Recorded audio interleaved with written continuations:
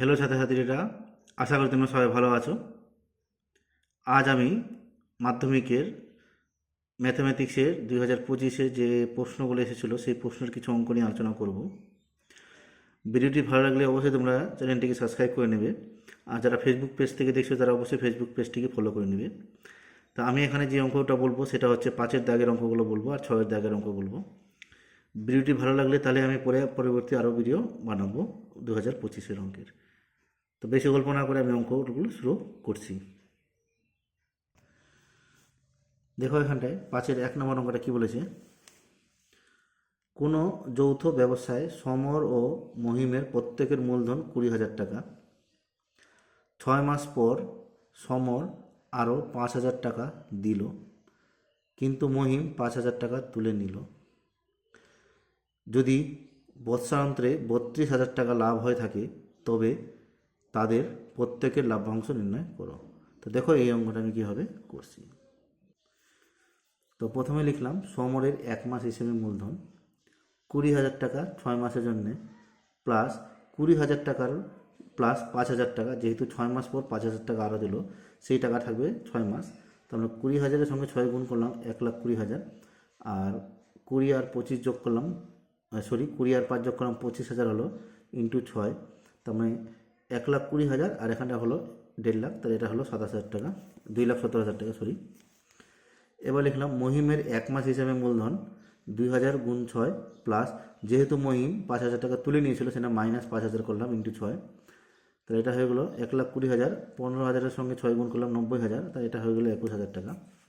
তাহলে সমর ইস্টু মহিম, তো সমরের ছিল 2,70,000 আর মহিমের ছিল 2,10,000। তো এখান থেকে আমরা দেখতে পাচ্ছি 4টা শূন্য কেটে যাবে, 4টা শূন্য কেটে যাবে, কেটে গিয়ে এটাকে কাটলাম 3 নং 27, 3 7 21। তাহলে 32,000 টাকার মধ্যে সমরের লাভ্যাংশ হবে কত? 9/16 ইন্টু 32,000 টাকা, কাটাকাটি করলাম তো বের হলো 18,000 টাকা, আর মহিমের লাভ্যাংশ 7/16 ইন্টু 32,000 টাকা, তার মানে 14,000 টাকা। তা এই 5-এর 1 নম্বর অঙ্কটা এইভাবে হবে। এবার যাচ্ছে আমরা 5-এর 2 নম্বর অঙ্কে। 5-এর 2 নম্বর বলছে 21,866 টাকাকে এমন দুটি অংশে ভাগ করো যাতে প্রথম অংশের 3 বছরের সমূল চক্রবৃদ্ধি দ্বিতীয় অংশের 5 বছরের সমূল চক্রবৃদ্ধির সমান হয়, যেখানে বার্ষিক চক্রবৃদ্ধি সুদের হার 5%। তো দেখো এই 5-এর 2 নম্বর অঙ্কটা আমি কীভাবে করছি। তো এখানে লিখলাম, ধরি প্রথম অংশ x টাকা আর দ্বিতীয় অংশ হয়ে যাবে 21,866 থেকে মাইনাস এক্স।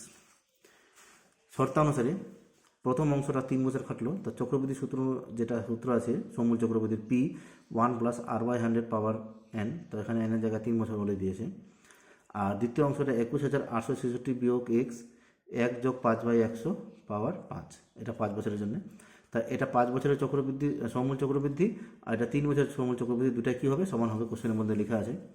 তো দেখো এই অংশটা এখানে 3 বার আছে, এই অংশ এখানে 5 বার আছে, তাহলে 5 থেকে 3 গেলে তার এখানে 2 বেঁচে যাবে, আর এটা হয়ে গেলো তাহলে x ইন্টু 1, এটা যা আছে তাই, এটা হয়ে গেলো দুটো x ইন্টু 1 মানে x, আর এটা যা আছে তাই, এটা 100 আর 5 যোগ করলাম 105/100, তাহলে দুটো 105 গুণ করলে হয়ে যাবে 11,025, আর দুটো 100 গুণ করলে হয়ে যাবে 10,000।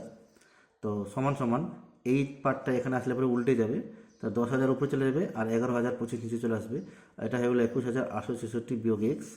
বিয়োগ এক্সটাকে এদিকে নিয়েছিলাম তো প্লাস এক্স হয়ে গেলো। এবার এই দুটোকে যদি আমরা প্লাস করি তাহলে উপরে হয়ে গেলো 21,025 এক্স, আর নিচে হলো 11,025 সমান সমান 21,866।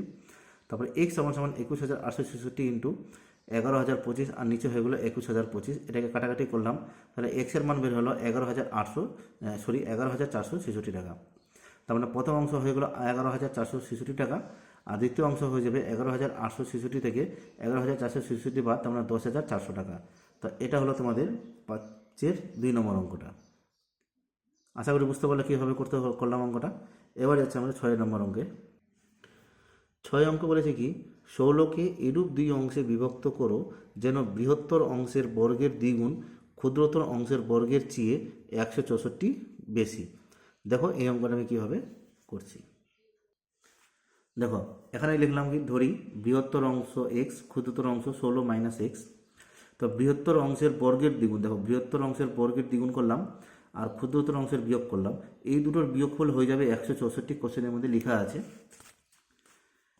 ঠিক আছে, বৃহত্তর অংশের বর্গের দ্বিগুণ থেকে ক্ষুদ্রতর অংশের বর্গকে বিয়োগ করলে পরে 164 হবে, এটা কোশ্চেনে লেখা আছে, ওটাই করা হলো। তাহলে এটা হয়ে গেলো 2x স্কোয়ার, আর এটাকে a মাইনাস বি তার হোল স্কোয়ারের সূত্রে ফেললাম। 2x স্কোয়ার, এটা মাইনাস 256, মাইনাস মাইনাসে প্লাস 32, মাইনাস প্লাসে মাইনাস এক্স স্কোয়ার, আর এটা দিকে গেছিলাম মাইনাস 164 সমান সমান 0। তারপর এটা ক্যালকুলেশন করলাম, এটা হয়ে গেলো x square plus 32x minus 420 equal to 0। তারপরে এটা মিডিল টার্ম করলাম, মিডিল টার্ম করলে পরে এখানে বের হলো এক্স প্লাস 40 আর এক্স মাইনাস 10 ইকুয়াল টু 0। তার মানে হয় x plus 40 equal to 0, x equal to minus 40, যাহা অগ্রাহ্য, কেন কেন এখন ধনাত্মক কথাটা বলেছে, তার মানে এখন ধনাত্মক সংখ্যাটা হবে মাইনাসটা কারণ নিব না, সেখানে যেটা লিখলাম যাহা অগ্রাহ্য। অথবা এক্স মাইনাস 10 ইকুয়াল টু 0, তার মানে এক্স ইকুয়াল টু 10। তার মানে বৃহত্তর অংশ হয়ে গেলো 10 আর ক্ষুদ্রতর অংশ হয়ে গেলো 16 বিয়োগ 10 মানে 6। তো আশা করি বুঝতে পারলাম 6-এর 1 নম্বর অঙ্কটা কীভাবে হবে। এবার আমরা যাচ্ছি 6-এর 2 নম্বর অঙ্কে। দেখো 6-এর 2 নম্বরটা কী বলেছে, x plus 3 by x minus 3 plus x minus 3 by x plus 3 equal to 2 পূর্ণ 1 অব্দি আছে। এগুলো সব করলাম, তার উপরে হয়ে গেলো এক্স প্লাস 3 তার whole square plus x minus 3 whole square.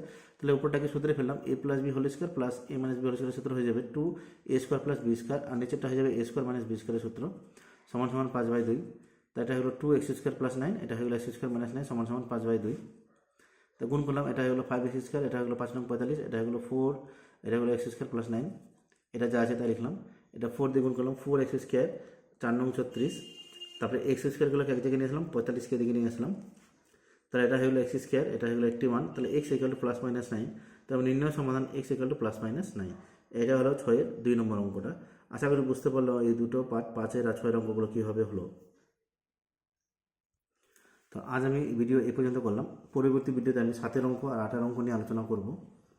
তো ভিডিওটা আমি শর্ট করছি, তো একটু ধৈর্য ধরে দেখে নেবে যে কীভাবে হলো, আর তোমাদের অঙ্ক সঙ্গে মিলিয়ে নেবে।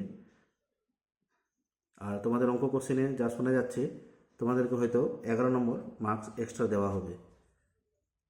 কোশ্চেন যেহেতু কিছু কিছু ক্ষেত্রে সিলেবাসের বাইরে কোশ্চেন দিয়েছে বা মূল্যায়নের অন্তর্ভুক্ত নেই, এরকম টাইপের কিছু কোশ্চেন দেওয়া আছে, সেই জন্য তোমাদের 11 নম্বর হয়তো বাড়তি দেওয়া হতে পারে।